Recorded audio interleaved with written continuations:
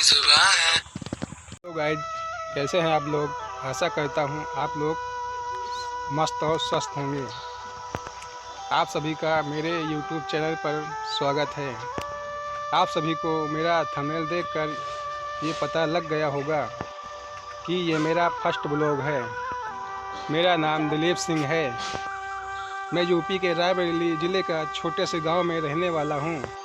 Guys, इससे पहले भी मैं माई फर्स्ट ब्लॉग बना चुका हूं, पर मुझे सफलता नहीं मिली। हर क्रिएटर को आगे बढ़ने के लिए किसी न किसी की सपोर्ट की ज़रूरत होती है। मैं आप सभी से उम्मीद करता हूं कि आप सभी मेरा सपोर्ट ज़रूर करेंगे, क्योंकि मैं 3 साल से कोशिश कर रहा हूं, पर मुझे अभी तक कोई सफलता नहीं मिली। उम्मीद करता हूं कि इस ब्लॉग में आप सभी का मुझे सपोर्ट पूरा मिलेगा। अगर आप सभी को मेरा वीडियो अच्छी लगी तो लाइक और सब्सक्राइब ज़रूर करना। गाइज, मैं अभी आया था बांस के कोट तरफ घूमने।